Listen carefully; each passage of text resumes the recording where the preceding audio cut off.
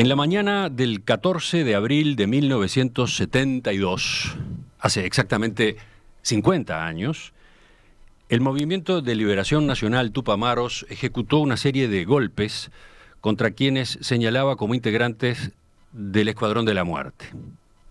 El saldo, 6 fallecidos.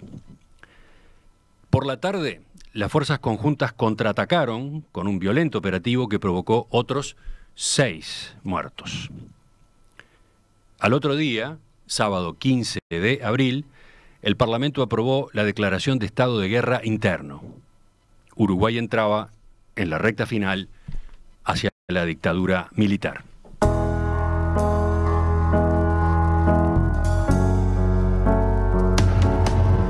¿Qué pasó aquel día? En síntesis, a manos guerrilleras fueron asesinados el subcomisario Óscar de Lega y el agente policial Carlos Leites, ambos en la esquina de Rivera y Soca. Además, el capitán de corbeta Ernesto Moto, en Las Piedras, y también quien era en ese momento subsecretario de Educación y Cultura e interventor del Consejo de Educación Secundaria, Armando Acosta y Lara, quien fue baleado por francotiradores cuando salía de su casa en la calle San José, en Montevideo. Otro atentado contra Miguel Sofía fracasó y en él murieron 2 tupamaros. En la respuesta, ese mismo día, las fuerzas de seguridad se dirigieron a 2 viviendas en Malvín.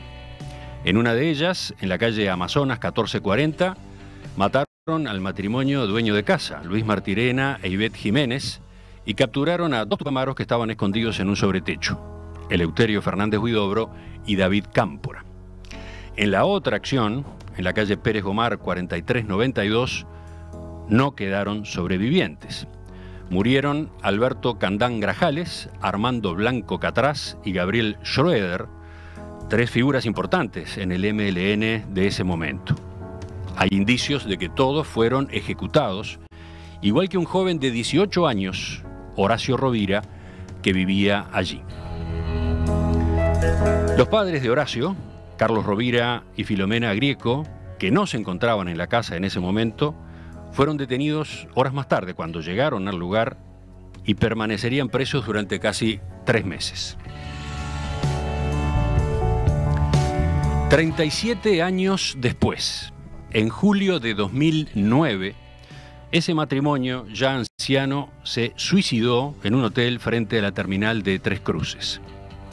En esas casi 4 décadas, habían atravesado el exilio y una deriva ideológica que los llevó a convertirse en críticos del MLN, un proceso que plasmaron en 3 libros cuyos títulos están todos encabezados por la misma fecha en el título, 14 de abril de 1972.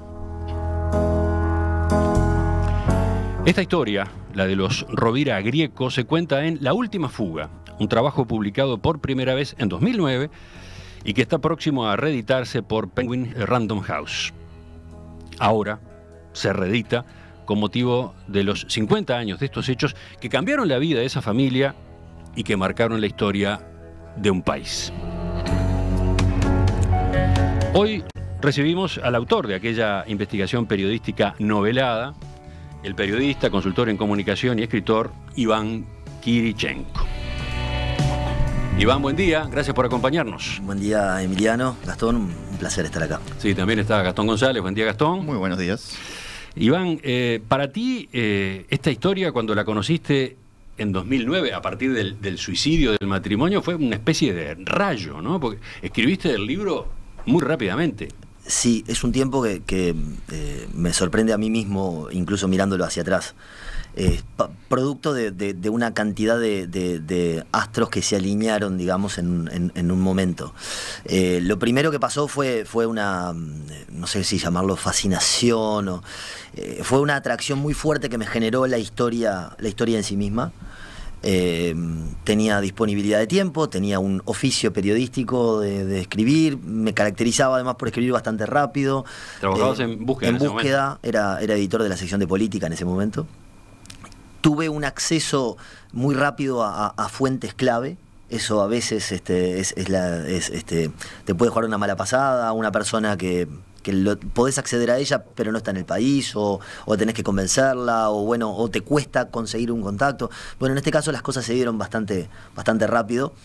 La mezcla de esas cosas derivó en un tiempo de publicación muy breve, sí, para una historia que es compleja. Yo acabo de decir que el suicidio fue en julio de 2009 y el libro se editó en septiembre. Sí, lo presenté en la Feria del Libro el 11 de septiembre de ese año. O sea, es realmente un tiempo, repito, admito que a mí mismo me sorprende.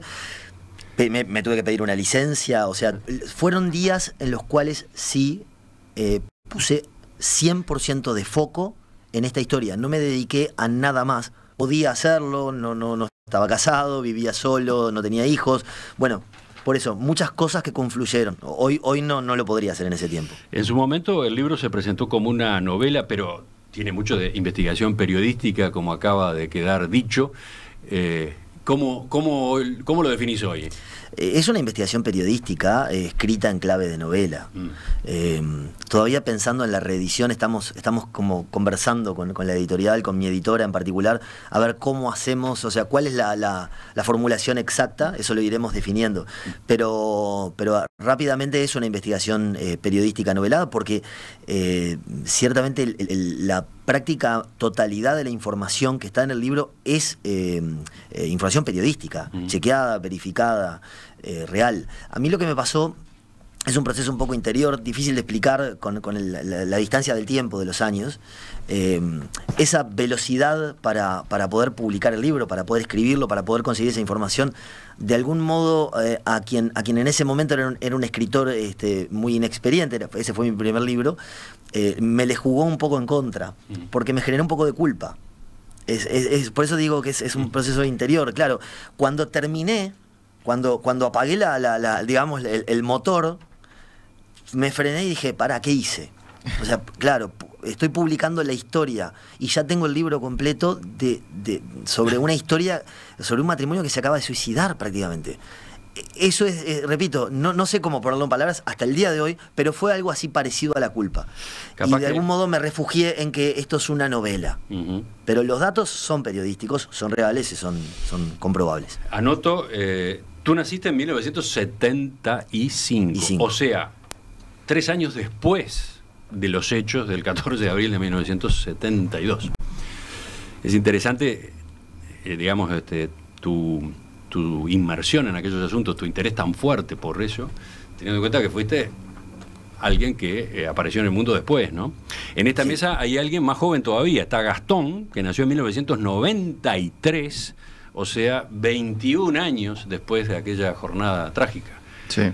Pero te has metido mucho en el tema, ¿no? Sí, es una historia sumamente atractiva también esta, ¿no? En tu caso te consumió.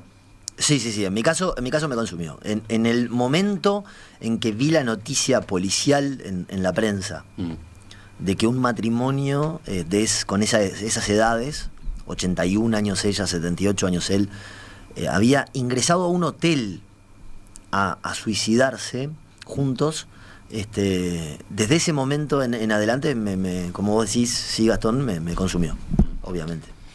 ¿Y a ti, Gastón, por qué te interesa?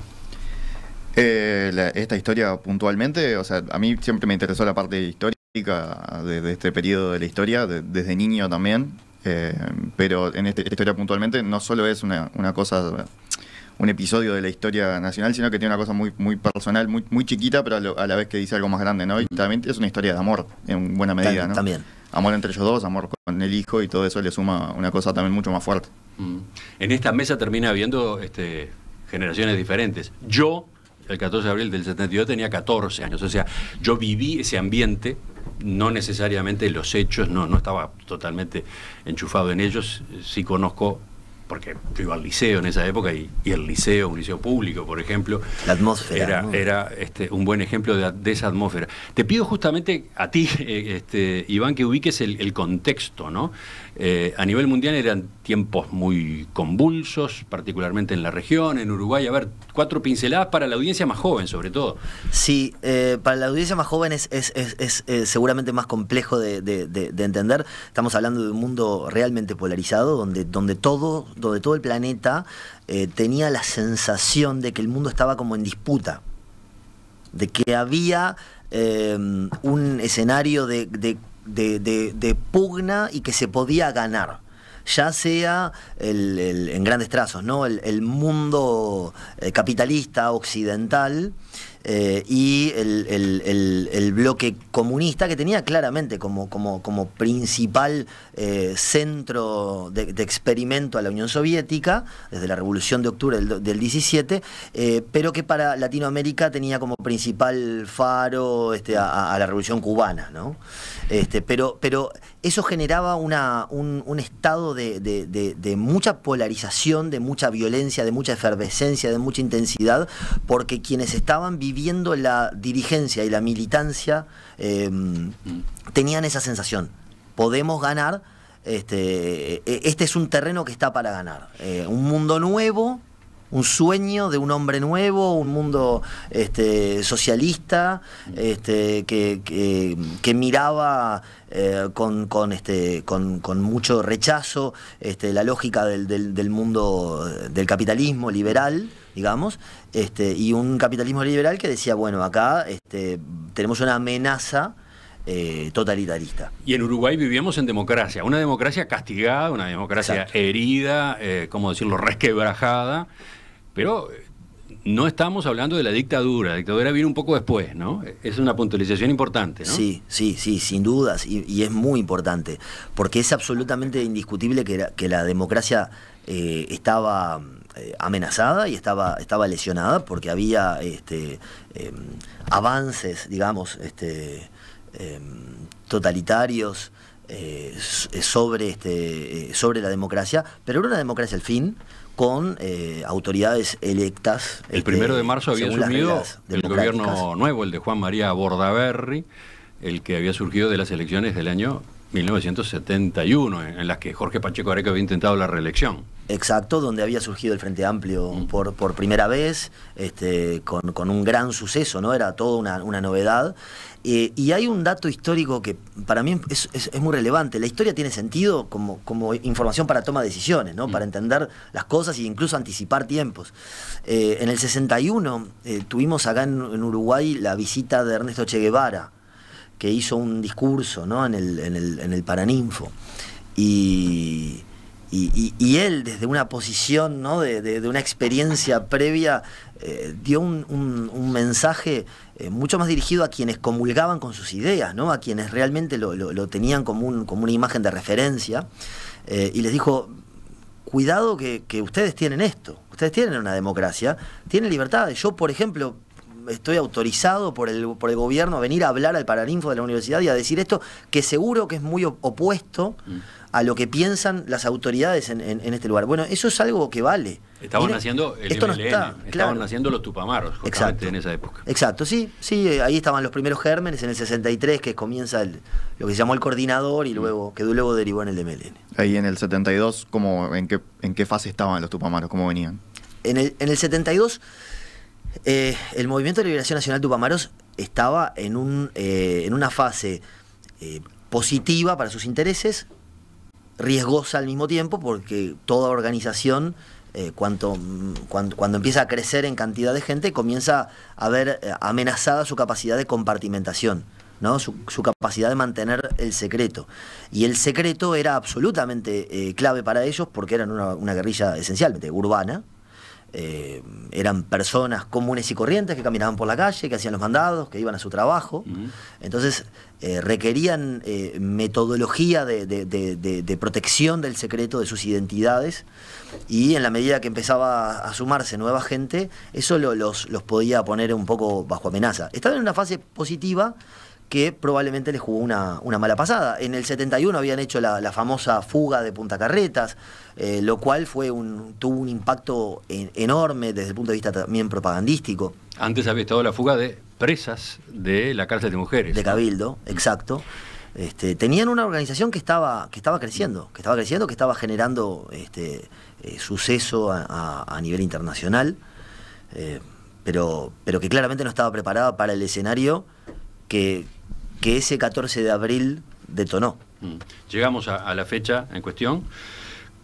Un día negro cargado de furia y sangre de la historia reciente de nuestro país. Yo no sé si los oyentes más jóvenes, cuando escucharon el resumen que yo hice recién, calibraron de lo que estábamos hablando, de todo lo que ocurrió ese día, ¿no?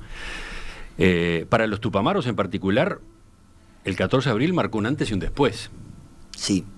Ese día los tupamaros activan el plan Hipólito. Era un plan muy discutido internamente, muy polémico, que básicamente consistía en eliminar a quienes ellos, según su información, tenían como integrantes de un escuadrón de la muerte, una organización de extrema derecha que cometía algunos atentados, que había hecho algunos secuestros, que había torturado militantes de izquierda.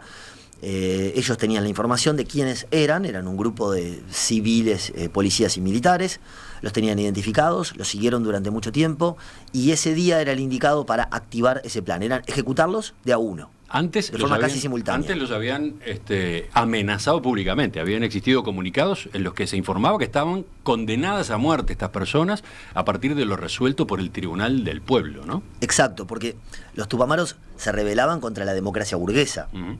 Contra las instituciones, por eso esa puntualización que vos hacías, Emiliano. Claro, teníamos una democracia, lesionada, pero democracia. Los tupamaros se presentaban como esa alternativa, ¿no? Con una justicia popular, con una cárcel del pueblo, con instituciones como paralelas y alternativas. Dentro de eso, condenaron a muerte a los integrantes del Escuadrón de la Muerte, y el 14 de abril del 72 era el día de ejecutar esa sentencia. De alguna forma tuvieron un exceso de confianza y tampoco evaluaron muy bien las repercusiones que eso podía generar, porque hasta el momento las Fuerzas Armadas se mantenían en una posición no protagonista en la lucha antisubversiva, en el combate a los tupamaros, que había recaído principalmente en la policía. Ese día, desde la mañana, desde muy temprano, en operativos prácticamente simultáneos, comienzan a ejecutar a los integrantes del Escuadrón de la Muerte. La mayoría de los operativos les salieron bien a los tupamaros, o sea, lograron su objetivo. En algún caso, vos mencionabas en la introducción, tuvieron fallas, hubo imprevistos, como en estos casos sucede, pero desde el punto de vista militar la operación había sido muy bien planificada, ¿no? Con mucho detalle, con mucho profesionalismo. ¿Qué pasó? Estamos hablando obviamente de que, por ejemplo, el asesinato de Armando Acosta y Lara ocurre a 5 minutos de acá, de donde estamos, donde estamos conversando. Eso un poco para la gente joven, decir, o sea, Constituyente, San José, Constituyente, Médanos. Exacto, San José, Constituyente, Médanos, ahí donde está, por el ángulo. Es impactante cuando uno empieza a repasar y a pensar, a ver, esto pasó en Montevideo hace hoy 50 años, de forma casi simultánea. Fueron hechos de una extrema violencia. Que precipitan una respuesta furiosamente violenta de la fuerza conjunta, ¿no? Claro. Que evidentemente tenían localizados 2 lugares, 2 viviendas, y hacia allí tenían identificada además a buena parte de la gente que allí iban a encontrar, ¿no? Es evidente que los tupamaros subestimaron la respuesta que el plan Hipólito podía desatar. Y realmente lo que desató fueron todos los demonios, pero además con ese dato clave, que es que no era que los empezaron a buscar. ¿Quiénes fueron los responsables de esto? No. Ya los tenían vigilados. Estaban simplemente esperando los momentos, estaban juntando inteligencia. Eso que vos decías del secreto estaba perforado, ellos no lo sabían. Exacto, ya había sido perforado. Y las fuerzas conjuntas no fueron a esas 2 casas a detener a integrantes del MLN. En varios de los testimonios queda claro que el accionar fue muy volcado hacia la ejecución de las personas que encontraban allí, ¿no? Sí, los testimonios de época hablan de militares y policías en una actitud de una extrema violencia, como una sed de venganza a flor de piel, y parece claro que lo que hubo fue una ejecución. No hubo un tiroteo, digamos, no hubo un combate, lo que hubo fueron ejecuciones. Entraron a sangre y fuego, como se dice, en ambas casas. 2 domicilios muy particulares que estaban muy cerca. Uno en Malvin, en la calle Amazonas, 1440, y el otro en Pérez Gomar, en Buceo, 4392. Para terminar esta síntesis apretada del día y sus repercusiones, hay que agregar la declaración de estado de guerra interno que votó el Parlamento en medio de ese clima al día siguiente, un sábado, ¿no? Claro, sin redes sociales, sin celulares, sin internet, aún así el ambiente que se generó no es difícil de imaginar, ¿no? Un ambiente de una extrema violencia. Estamos hablando de más de 10 ejecuciones en 2 tandas. Claramente Montevideo, claramente Uruguay no fue el mismo en las horas siguientes. Esto marcó un parteaguas en la historia previa a la dictadura, y es inevitable pensar en que esto aceleró ese camino. El mismo 14 de abril el Parlamento comienza a tratar. Exacto, el viernes de noche. Exacto, el mensaje que le envía el Poder Ejecutivo. Hay también un mensaje del presidente Bordaberry, del entonces presidente Bordaberry, hablando sobre esto y explicando. Y se declara el estado de guerra interno, que básicamente lo que dice, y de hecho lo decía de forma textual, literal, eso se suspenden las garantías individuales. Era algo como decir, bueno, estamos ante un enemigo que es invisible, que claramente ha demostrado hoy ¿no? una voluntad de seguir determinados cursos de acción, y ya las herramientas jurídicas con las que contamos no nos están permitiendo ser muy efectivos, muy eficientes, digamos, en ese combate a este enemigo. Así que para eso vamos a seguir la lógica de bajar las garantías individuales para poder tener un margen de acción más amplio, ¿no? Para poder hacer detenciones sin tener que hacer tanto justificativo, tanta vuelta jurídica, etcétera, porque si no esto se nos va de las manos. Vos decías, los tupamaros no se esperaban la respuesta que iba a haber ese día, pero dijiste antes tampoco estaban preparados para la respuesta en general, ¿no? O sea, esta declaración de guerra, ellos son derrotados bastante rápido. Sí, claramente. Los tupamaros venían de años de acumulación, de fuerzas, de conocimientos, de experiencias, pero a partir de este momento, cuando por consecuencia, por reacción ante el plan Hipólito, las Fuerzas Armadas toman protagonismo en el combate antisubversivo, a partir de ahí los tupamaros comienzan a derrumbarse rápidamente. En muy poquitos meses los tupamaros quedan militarmente inexpresivos. Pierden total capacidad, quedan todos, bueno, no todos, pero prácticamente todos, y por supuesto que sus máximos cuadros o muertos o detenidos, y antes de que termine el 72. O sea, cuando llega el golpe de Estado, cuando comienza la dictadura, el Movimiento de Liberación Nacional Tupamaros ya no existe como organización militar o con capacidad de resistencia. No hubo siquiera. Vamos a ir haciendo una pausa por acá. Voy al libro, La Última Fuga, página 73. Ya es de noche en Montevideo y hay varias familias llorando muertos. Por fin parece que el maldito 14 de abril de 1972 se está terminando, pero con él empiezan otros calvarios. Justamente de uno de esos calvarios es que se ocupa esta novela, esta investigación periodística. En esa parte de la historia nos metemos enseguida. Hoy en la entrevista central estamos poniendo el foco en un día como el de hoy, 14 de abril, pero de 1972, hace exactamente 50 años. 12 muertos fue el saldo de una serie de atentados tupamaros primero y posterior respuesta de las fuerzas conjuntas. El día terminó siendo un punto de inflexión en el camino hacia la derrota tupamara y en el tobogán hacia la dictadura militar que se concretaría el año siguiente. Uno de los guerrilleros muertos aquella jornada fue un joven de 18 años, Horacio Rovira.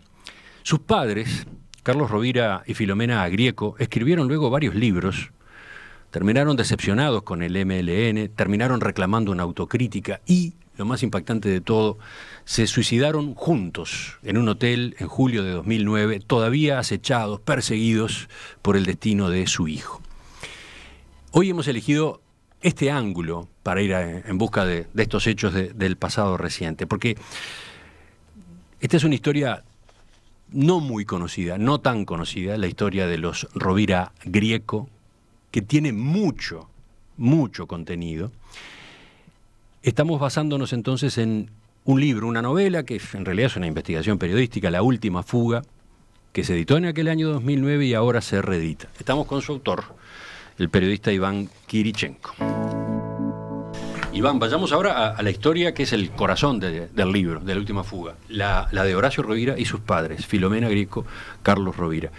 Ubicamos a Horacio, un estudiante de liceo, ¿no? Grande, 18 años tenía. 18 años, un estudiante muy como la mayoría de sus compañeros y compañeras de generación, muy politizado, sintiéndose parte de ese mundo que estaba en ebullición, que ingresa a militar en el FER, que era una suerte de brazo estudiantil alineado con el Movimiento de Liberación Nacional Tupamaros. De hecho, desde el FER luego muchos dan ese salto, ¿no?, a la guerrilla. Era Frente Estudiantil Revolucionario, ¿no? Exacto.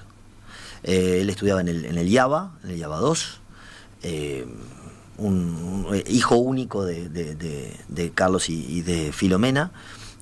Deportista, un joven soñador, con algunos con postulante a un empleo en la cooperativa bancaria. Bueno, una familia que tenía como un aspecto, digamos, de una familia totalmente normal. Una familia para su tiempo. Los padres no tenían tradición de izquierda, ¿no? Al revés. No, al revés. Filomena viene de una familia con una fuerte tradición blanca. Filomena Grieco, exacto. Su hermano Donato era dirigente blanco, ocupó cargos de gobierno, fue presidente de la Junta Departamental de Montevideo, fue subsecretario de Hacienda. Diputado también. Exactamente, era una tradición blanca fuerte, y ella de hecho se identificaba con postulados del Partido Nacional. Una mujer con una vida intelectual muy fuerte, ¿no?, muy intensa. Era una maestra. Una maestra vocacional realmente. Y Carlos, Carlos venía de una familia que, por lo que tengo entendido, no tenía una vida política tan intensa, con mucho menos formación o arraigo, digamos, político, que fue como... Era un hombre más de sus manos, ¿no?, de trabajo manual, trabajaba en una fábrica, en acopio de lana, etcétera. Filomena así con una historia familiar revolucionaria, ¿no? Con varios antecedentes, no revolucionaria no revolucionaria, claro, Cuba, de armas. Como de rebelde, digamos. Sí, con toda una historia familiar muy particular, que es una historia en sí misma, de rebeldía, ¿no?, que viene desde Italia, ¿no?, de sus y de toda su rama familiar de inmigrantes italianos. Es una historia muy linda. No vienen ellos de la izquierda, pero terminan sumándose, terminan incorporándose, entre comillas, al MLN vía el hijo, ¿no? Terminan siendo colaboradores a través del hijo. Horacio era la luz de los ojos de ellos, era el eje de sus vidas. Hijo único, lo amaban, tenían una relación evidentemente muy particular, ¿no?, cargada de afecto.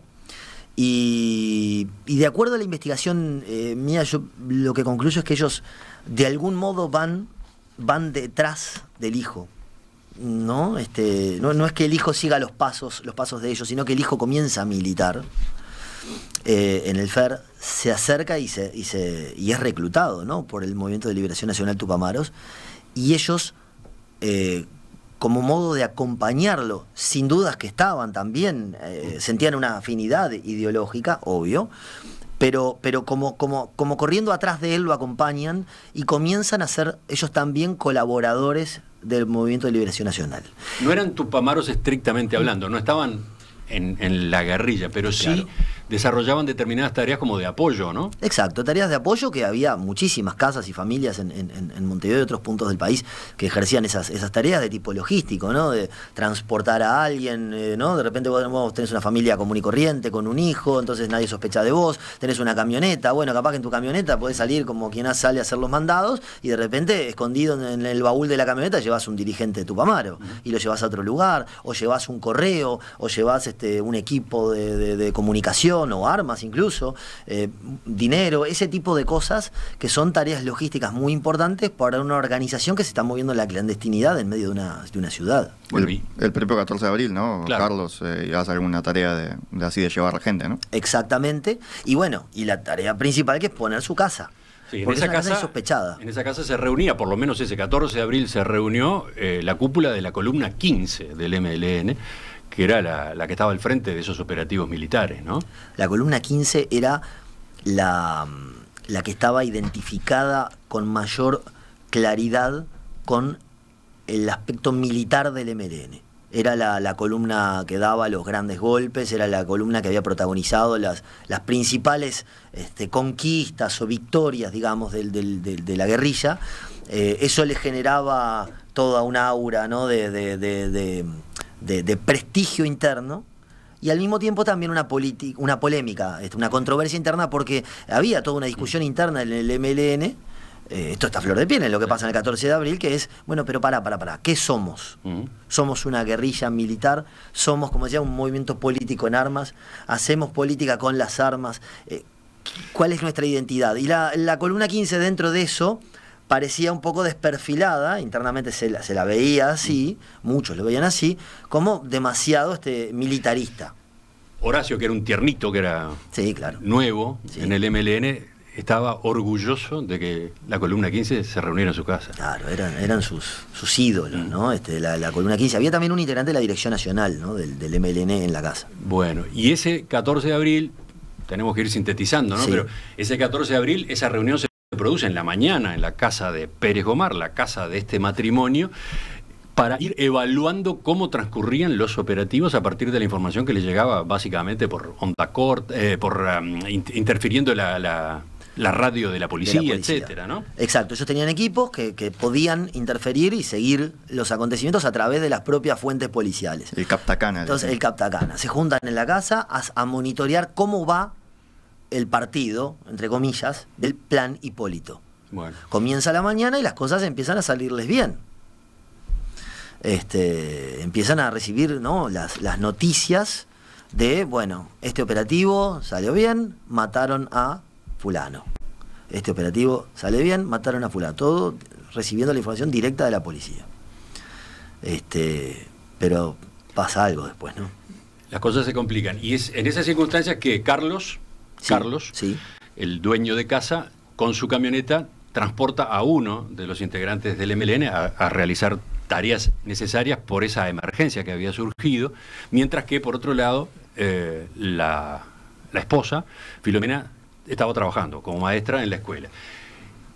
Se da entonces, en esas condiciones, sin los dueños de casa, la llegada de las fuerzas conjuntas en el operativo de respuesta, ¿no? Exacto. Y se produce la masacre que se produce cuando ellos no están. Sí está su hijo, sí están los otros compañeros, pero ellos, el matrimonio no está. Exacto. Como vos decís, Carlos se tiene que ir porque surge una emergencia. Matan a quien tiene a quien es propietario de un depósito de documentación falsa en el Cerrito del MLN. Entonces tiene que salir a poner su camioneta para ir a buscar a alguien, a quien sabe dónde queda esa dirección, porque por la compartimentación interna del MLN no todos tenían las direcciones de todos los lugares. Entonces sale por ese motivo, Filomena a dar las clases, entran las fuerzas conjuntas y casi en paralelo, en Amazonas 1440, en Malvin, y entran a Pérez Gomar en 4392, en el buceo, matan a todos, se produce esa masacre. Ahí la escena es desde un helicóptero, ¿no? En la zona, muchas camionetas policiales, soldados, policías por todos lados. Un estado de crispación y de violencia muy fuerte, y Carlos, cuando llega, se acerca a la zona de la casa, se da cuenta que es en la casa, ve que algo está pasando, pega la vuelta y va a buscar a Filomena. Y vuelven los dos, de hecho, como a entregarse, porque era evidente que las fuerzas conjuntas los iban a capturar. Ellos estaban obviamente muy angustiados por su hijo, por el destino de su hijo, es por eso básicamente que vuelven. Son detenidos de la manera más violenta. Sí, al piso. Son apresados y a partir de ese momento tienen varios meses de reclusión incomunicados, ¿no? Exacto, los dejan incomunicados. Y sin saber qué había pasado con Horacio. De hecho, claro, fue una situación bastante muy cruel, ¿no? Para ellos, porque tenían como ese juego de... Es muy probable que haya pasado esto, pero no lo sé. Y los tienen incomunicados, por lo cual son meses muy angustiantes. Mientras eso ocurría en el Parlamento, había pedidos de que los liberaran, de que les quitaran la incomunicación de legisladores de distintos partidos. Entre ellos, legisladores del Partido Nacional, Alem Berbás, Wilson Ferreira Aldunate, por la afiliación nacionalista de Filomena, ¿no? Claro, es muy interesante porque cuando uno lee esas cosas ve un poco la lógica de ese momento, ¿no? Y de la clandestinidad y de cómo todo no tiene por qué ser como parece. Bueno, es que ellos estaban convencidos de que no. Ellos, obviamente, en aquel primer momento, Carlos y Filomena, incluso cuando van a la casa en medio del operativo del 14 de abril, niegan todo. Ellos dicen que lo que había allí era un grupo de estudiantes que estaban preparando un examen, ¿no? Exacto. E identifican a los integrantes del grupo por sus nombres ficticios, ¿no? En ningún momento reconocen como, bueno, no sabíamos quiénes eran. Estás repasando los mensajes de los oyentes, Gastón. Veo mucha cantidad. Participación, ¿no? Sí, varios de ellos recordando cómo era el día o la atmósfera de ese día, incluso alguno que vivía cerca de alguna de estas casas y que recuerda pasar por ahí y ver como la cantidad de militares y de policías ahí afuera, las casas baleadas, y alguno también que recuerda haber pasado por Rivera y Soca y haber visto el auto de donde estaban estos agentes policiales, ¿no? Que fueron muertos ahí. Sí, en esa esquina también, claro. En esa esquina fue una ejecución del plan Hipólito. En Rivera y Soca se produjo el asesinato del subcomisario Oscar de Lega y del agente policial Carlos Leites, ¿no? Exacto. Estamos casi en el momento de una pausa y la voy a hacer preguntándote antes por lo primero que encaran Filomena y Carlos cuando son liberados. Ellos son capturados el 14 de abril, incomunicados, permanecen presos en cárcel central, separados, sí. Hasta julio del 72 son puestos en libertad. Y allí, entre otras cosas, deciden escribir un libro en homenaje a su hijo muerto. El primero de los libros, que se titula Uruguay, viernes 14 de abril de 1972, un libro con el que ganarían después, en febrero siguiente, una mención en el premio Casa de las Américas en Cuba. En dos palabras, ¿qué era ese libro? Acá se da un juego muy interesante. A mí me resultó muy fuerte aprender a leer, a interpretar esos hechos a partir de la investigación periodística. Porque ellos no pueden contarlo todo, porque ellos declararon ante la policía que no tenían nada que ver con el MLN. Claro. En ese momento todavía estaban en esa posición. Claro. ¿Qué pasa? Ellos no desconocen y no esconden su posición ideológica, digamos, su posicionamiento ideológico. Ellos se reconocen personas militantes, alineadas con la posición de izquierda, digamos. Ese libro justifica de algún modo y le da sentido a la muerte de Horacio. Es muy fuerte el modo en que ellos lo encaran, porque es parte de ser hijos de su tiempo, de ese mundo, de ese contexto mundial. Ellos todos se sentían parte de algo colectivo. Entonces, la muerte de Horacio, la muerte de su hijo, no era un hecho, no podía circunscribirse al ámbito egoísta de una pérdida particular, sino que era casi que una ofrenda a una lucha planetaria que se estaba dando por un mundo mejor y un hombre nuevo. Esa era la concepción de ellos. Y la muerte de Horacio entonces tenía que tener sentido. Tenía sentido como eso, como alguien que luchó por esa causa y atrás de él van a venir otros. Lo hizo por los demás. Esa fue como la concepción que está plasmada de forma totalmente sintética, ¿no? Esto que estoy diciendo, en ese primer libro. Sí, hay una frase que Gastón seleccionó porque a él le impresionó, una frase del libro. ¿Cómo dice? Estos muertos no son en vano. Exacto. Estos muertos no son en vano. Tiene sentido. ¿Murió nuestro hijo? Sí. Pero murió por el colectivo y nosotros tomamos su bandera y otros Horacios van a venir y vamos a seguir y vamos a vencer. Ese es un poco, estoy haciéndolo de forma totalmente, ¿no?, muy sintética, pero ese es un poco el espíritu de lo que se transmite, de lo que se plasma en ese libro. Pero ahí, en ese momento y con ese libro, recién estaba empezando el proceso interno de Filomena y Carlos, que incluiría otros libros con otros tonos, con otros contenidos. Enseguida volvemos con esa otra parte. A partir de la fecha de hoy, 14 de abril, estamos remontándonos a 50 años atrás, en el 14 de abril negro de la historia reciente de nuestro país, que derivó, entre otras cosas, en esta peripecia que recorre el libro La última fuga de Iván Kirichenko, la de la familia de Carlos Rovira y Filomena Grieco, dueños de casa, de una de las dos casas a las que llegaron las fuerzas conjuntas en la respuesta a los asesinatos del MLN de aquella mañana, la casa de la calle Pérez Gomar. Estamos hablando a propósito de un libro que se presentó como una novela, pero en realidad es una investigación periodística que está cargada, por ejemplo, de documentos, ¿no? Bueno, la propia reconstrucción de los hechos de abril del 72, con mucho detalle, incluso diría que hasta con alguna revelación, con algún detalle nuevo. La inclusión de pasajes enteros de textos de la época, sesiones parlamentarias, bueno, y los libros, estos libros escritos por Carlos y Filomena.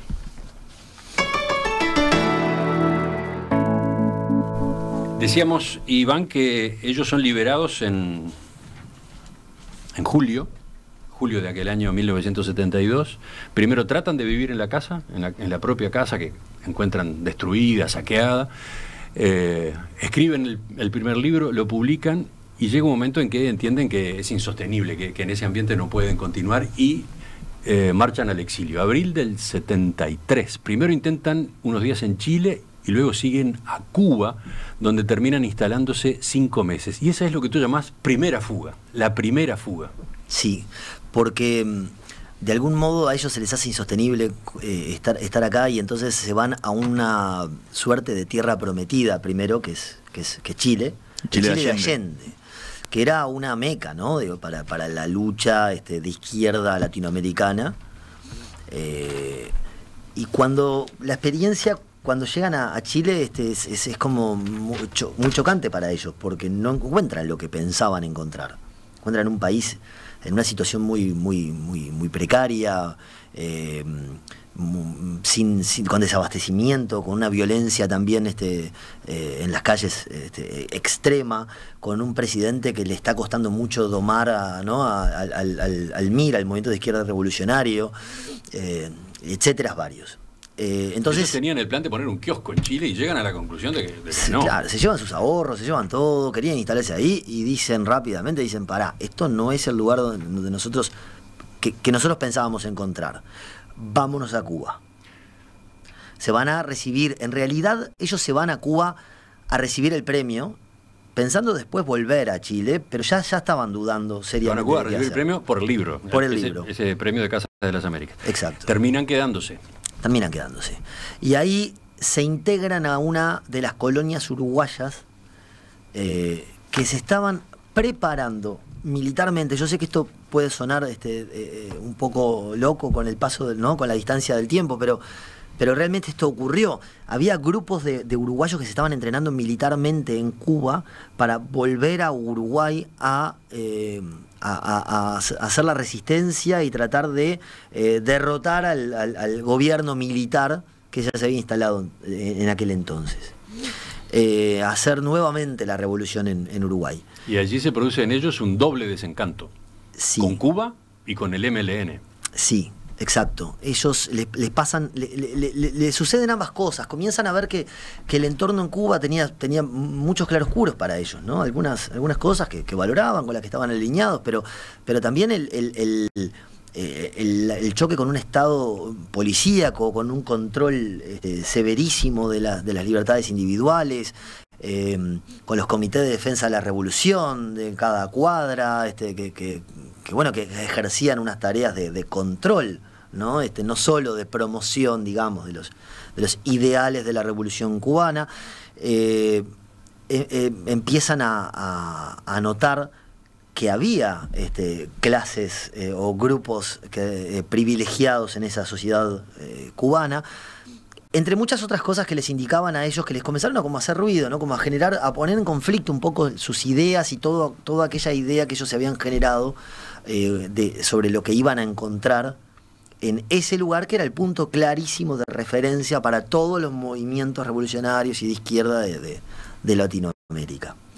En cuanto al MLN, también comienza a producirse en ellos un proceso de descreimiento, sobre todo respecto de la dirigencia del MLN. Conocen información nueva que no tenían antes, por ejemplo. Empiezan a tomar contacto con otros guerrilleros. Claro, porque ellos, decíamos, habían sido colaboradores impulsados de algún modo por su hijo, pero no conocían la interna, no conocían las rutinas, no conocían la cabeza militar del MLN, y eso lo van descubriendo allá. Exacto. Ellos tenían la visión idealizada de Horacio. Exactamente, y ellos estaban mucho más en la posición, mucho más alineados con el MLN en tanto movimiento político en armas.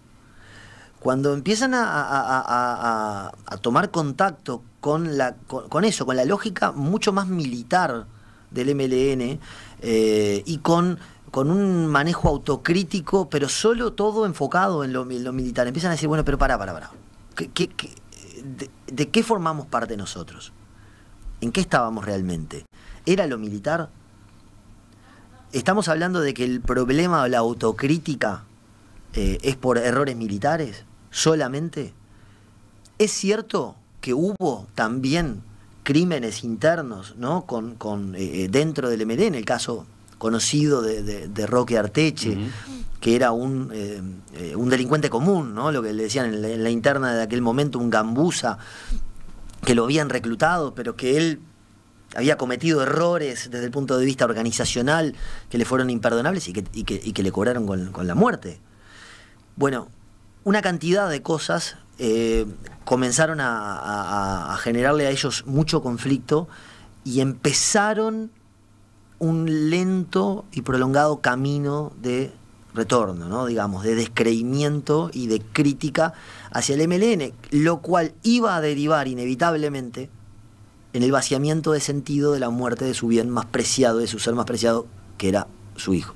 No podían vivir en Uruguay, no pudieron vivir en Chile, encontraron que ese tampoco era su destino. En Cuba se sintieron frustrados por todo esto que estamos contando, deciden irse de vuelta.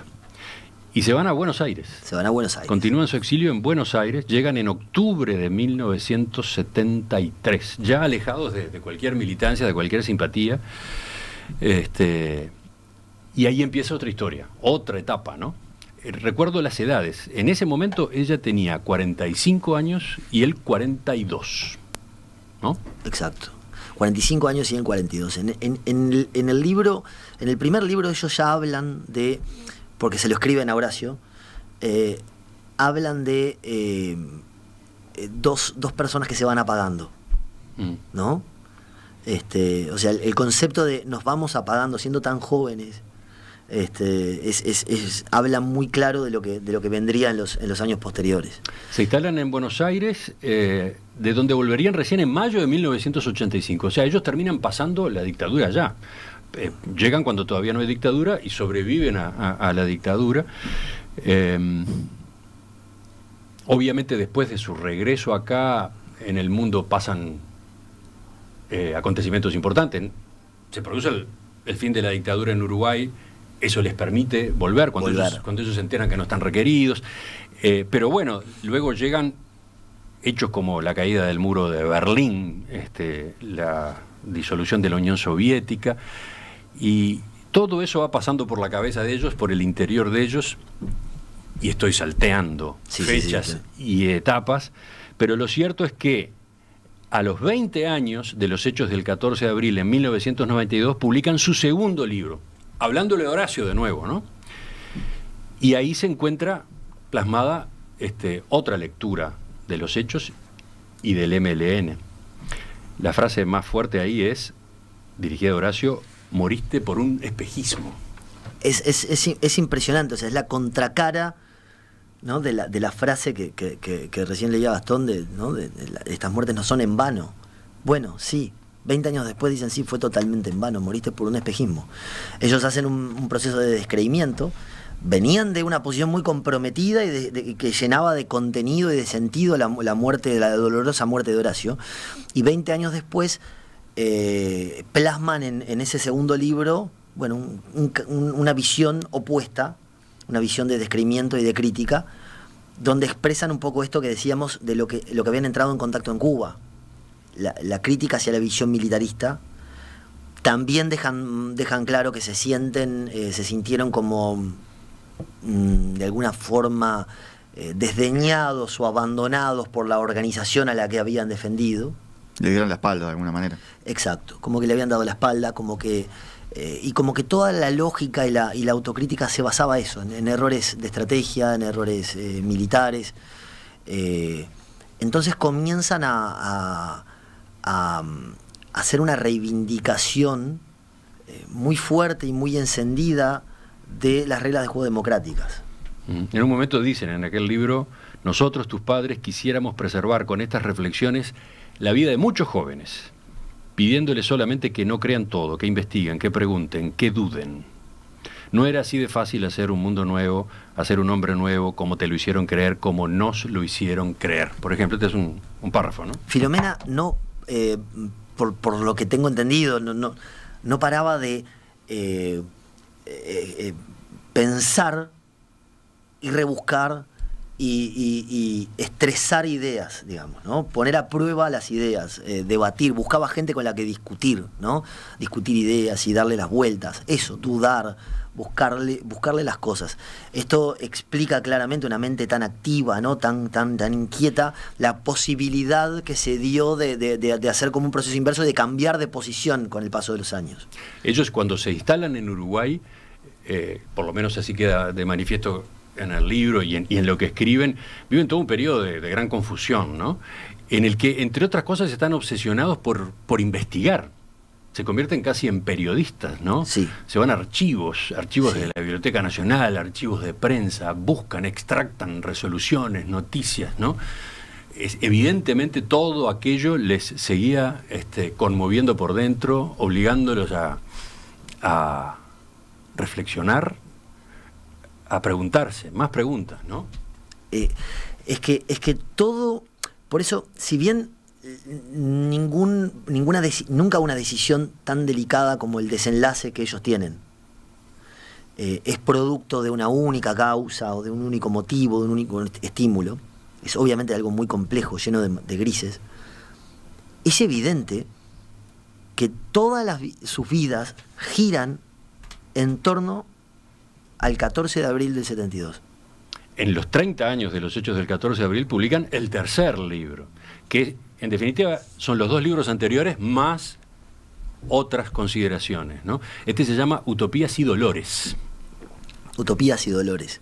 Claro, ellos hablan un poco de esa dualidad y de esa relación tan compleja entre el sueño utópico y la posibilidad de que ese sueño utópico, con sus bondades, atributos y atractivo, puede terminar derivando en formas de absolutismo, de totalitarismo, en nuevos dictadores, ¿no? Ese mensaje que le dicen que le escriben a los jóvenes. Ojo con esto, ¿no?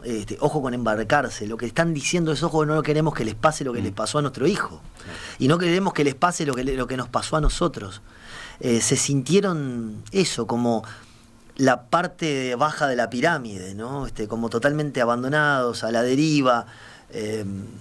Incluso también, si bien eso no lo hacen, no lo hacen manifiesto, es probable que también les haya generado ruido el hecho de que por aquel entonces ya eran momentos de una fuerte exposición pública de muchos anteriores dirigentes tupamaros. Es probable que eso les haya provocado también una reacción, ¿no? ¿Hay algún mensaje de la audiencia en ese sentido, que ellos se suicidan en 2009, sí, durante la campaña electoral de exacto, José Mujica a la presidencia, ¿no? Sí. Sí, hacía muy poquito que Mujica había ganado de la interna del Frente Amplio, ya era el candidato presidencial en esas elecciones que luego lo llevarían a dirigir el gobierno a partir del 2010. Es difícil resumir, es difícil acotar la duración de esta entrevista. Para ellos la reconversión del MLN, la transformación en un partido político que se presenta a elecciones y que obtiene cargos de gobierno, bueno, y una de cuyas principales figuras termina siendo presidente de la República, no es necesariamente una buena noticia, ¿no? A ellos les resulta muy chocante eso, cuando antes habían emprendido el otro camino y en ese camino jóvenes como Horacio habían terminado muertos, ¿no? Hay una cosa muy contradictoria para ellos en esa evolución. Reclaman autocrítica permanentemente. Van publicando estos libros y no tienen eco. Ese es otro de sus demonios, ¿no? Hemos estado haciendo todo este proceso nosotros, volcamos nuestras conclusiones, las sacamos a luz, ponemos nuestras tripas arriba de la mesa y no pasa nada, ¿no? Tal cual. Eso los desoló muchísimo. Y ahí apareció, no sé en qué fecha tú lo investigaste, apareció la idea del suicidio, ¿no? Sí. No ocurrió, la idea del suicidio no es de 2009. Vino precedido el suicidio por varios intentos y por varias comunicaciones a sus familiares y a sus amigos, ¿no? Hasta un libro. Ellos lo racionalizan mucho, la idea del suicidio. Exacto. Por eso lo que decía también de la complejidad de las decisiones, no es una única causalidad, pero ellos empiezan a pensar en el suicidio. Hay alguna película de cine incluso que de algún modo les... una película japonesa, La balada de Narayama, que la ven en Buenos Aires, que trata sobre el suicidio, o en realidad sobre la muerte de las personas mayores, de los ancianos en otras culturas, y empiezan mezcla de ese matrimonio que se iba apagando, como ellos mismos decían, ya sin el sentido de la muerte. O sea, ahora no solo tenían la muerte más dolorosa que se puede tener, sino que además no tiene sentido, se vació de sentido. Y a eso le empiezan a sumar una elaboración teórica sobre el derecho que las personas tienen a elegir el momento y el modo de su despedida. Publican un libro que se llama el libro de la buena muerte, el concepto de la buena muerte, ¿no? Que es un concepto ya es universal, donde hacen una argumentación desde distintos puntos, ¿no? Desde lo psicológico, lo emocional, lo jurídico. No hacen alusión a su peripecia particular, pero sí a una fundamentación, a una argumentativa sobre su derecho a morirse, cuando ellos lo decidan. Y eso deriva en una situación es muy raro de entender, digamos. A mí por lo menos me resultó que es ver cómo ellos habían naturalizado en el ámbito familiar y en una escena como si nosotros dijéramos los ravioles del domingo, ¿no? En la familia, y ellos comentaban, bueno, ustedes saben que nosotros nos vamos a matar, o sea, ¿no? Nos vamos a suicidar en algún momento, bueno, creemos que en algún momento lo vamos a hacer esto, papá. Lo cual generaba discusiones familiares, dejaba perplejos a los familiares. Muchas veces les decía, bueno, no, pero pará, esto no lo hablen acá. Hay jovencitos de la familia que los están escuchando, o bueno, sencillamente los insultaban porque era horrible escuchar a un familiar que decía que esto lo va a hacer. Empezaron a intentarlo. Fijaron varias fechas y se prepararon, incluso alquilando una habitación en ese mismo hotel. Exacto, y un 14 de abril. Y en una de esas ocasiones, por ejemplo, una llamada telefónica de un amigo de ellos, a quien conocieron durante el exilio, Luis Nieto también, sí. Ese sí, una figura del MLN mucho más protagónica, sí.